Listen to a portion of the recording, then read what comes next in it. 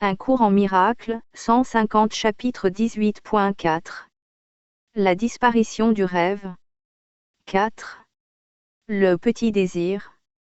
L'instant saint est le résultat de ta détermination à être saint. C'est la réponse.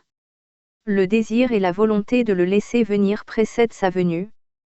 Tu y prépares ton esprit dans la seule mesure où tu reconnais que tu le veux par-dessus tout. Il n'est pas nécessaire de faire plus, de fait, il est nécessaire que tu te rendes compte que tu ne peux pas faire plus.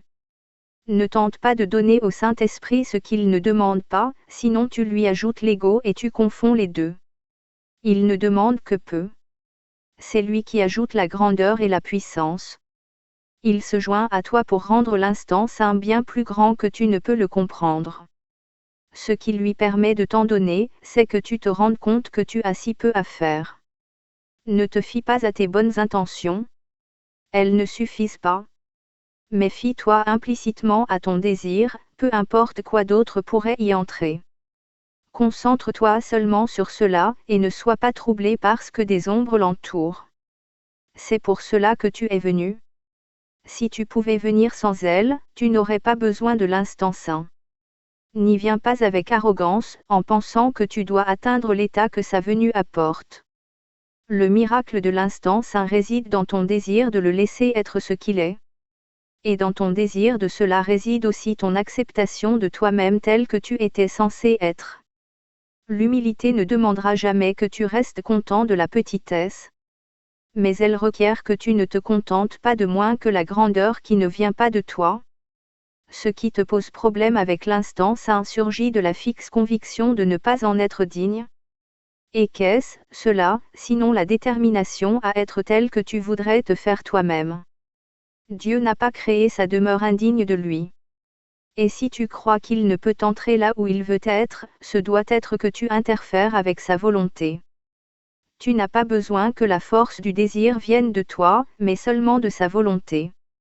L'instant saint ne vient pas de ton seul petit désir. C'est toujours le résultat de ton petit désir combiné à la puissance illimitée de la volonté de Dieu.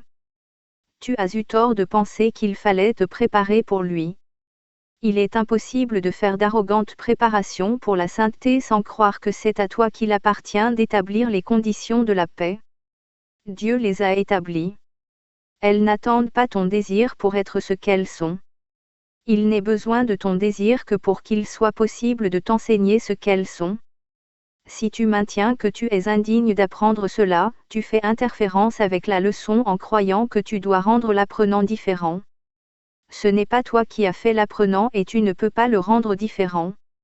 Voudrais-tu d'abord faire toi-même un miracle, et t'attendre ensuite à ce qu'un miracle soit fait pour toi? Tu ne fais que poser la question. La réponse est donnée. Ne cherche pas à répondre, mais simplement à recevoir la réponse telle qu'elle est donnée. En te préparant pour l'instant saint, ne cherche pas à te rendre saint pour être prêt à le recevoir. Ce ne serait que confondre ton rôle avec celui de Dieu. L'expiation ne peut venir à ceux qui pensent devoir expier d'abord, mais seulement à ceux qui ne lui offrent rien de plus que le simple désir de lui ouvrir la voie. La purification est de Dieu seul, par conséquent, elle est pour toi.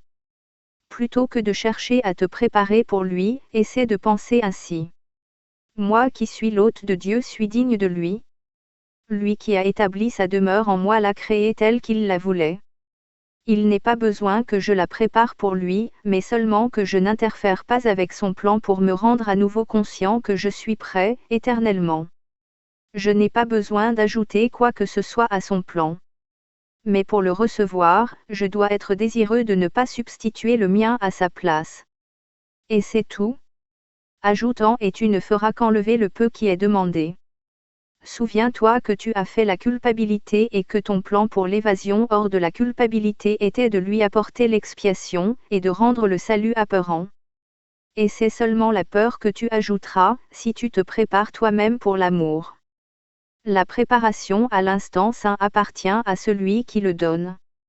Délivre-toi à celui dont la fonction est la délivrance. N'assume pas sa fonction pour lui. Donne-lui seulement ce qu'il demande, afin d'apprendre combien ton rôle est petit et combien le sien est grand. C'est cela qui rend l'instant saint si facile et si naturel. Tu le rends difficile, parce que tu persistes à croire qu'il doit y avoir davantage à faire. Il t'est difficile d'accepter l'idée que tu as si peu à donner, pour recevoir tant. Il est très dur pour toi de te rendre compte que ce n'est pas une insulte personnelle si ta contribution et celle du Saint-Esprit sont si extrêmement disproportionnées. Tu es encore convaincu que ta compréhension est une puissante contribution à la vérité et qu'elle en fait ce qu'elle est. Nous avons pourtant insisté sur le fait que tu n'as pas besoin de comprendre quoi que ce soit. Le salut est facile parce qu'il ne demande rien que tu ne puisses donner dès maintenant. N'oublie pas que c'est toi qui as décidé de rendre impossible tout ce qui t'est naturel et facile. Si tu crois que l'instant saint est difficile pour toi, c'est parce que tu es devenu l'arbitre de ce qui est possible et que tu restes indésireux de faire de la place à celui qui connaît. Toute la croyance en désordre de difficultés dans les miracles est centrée là-dessus. Tout ce que Dieu veut n'est pas seulement possible mais c'est déjà produit. Et c'est pour cela que le passé a disparu. Il ne s'est jamais produit en réalité. Ce n'est que dans ton esprit, qui le pensait, qu'il ait besoin de le défaire.